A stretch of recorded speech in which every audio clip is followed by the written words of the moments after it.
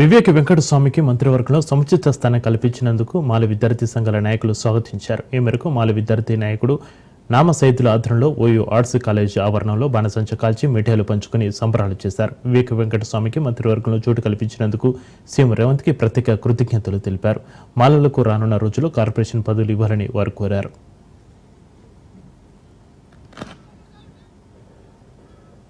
రోజు కాంగ్రెస్ ప్రభుత్వం ముఖ్యమంత్రి రేవంత్ రెడ్డి గారు, ఉప ముఖ్యమంత్రి బట్టి విక్రమార్క గారు రాష్ట్ర మంత్రివర్గంగా అవకాశం కల్పించిన కాంగ్రెస్ ప్రభుత్వానికి యావత్ ఉస్మాన్ యూనివర్సిటీ ఆల్ మాలా స్టూడెంట్ అసోసియేషన్ గా స్వాగతిస్తున్నాం. రాజ్భవన్ వేదికగా గవర్నర్ ఆధ్వర్యంలో మాల జాతి ముద్దుబిడ్డ వివేక్ వెంకటస్వామి గారు ఈ రోజు మంత్రివర్యులుగా ప్రమాణ స్వీకారం చేయడం జరిగింది. ఈ కాంగ్రెస్ ప్రభుత్వం మాలలకు మంత్రివర్యులుగా కేటాయించడం మేము స్వాగతిస్తున్నాం. భవిష్యత్తులో కూడా మాలలకు సముచిత స్థానం కల్పించాలని ఈ కాంగ్రెస్ ప్రభుత్వాన్ని రేవంత్ రెడ్డిని కోరుతున్నాం.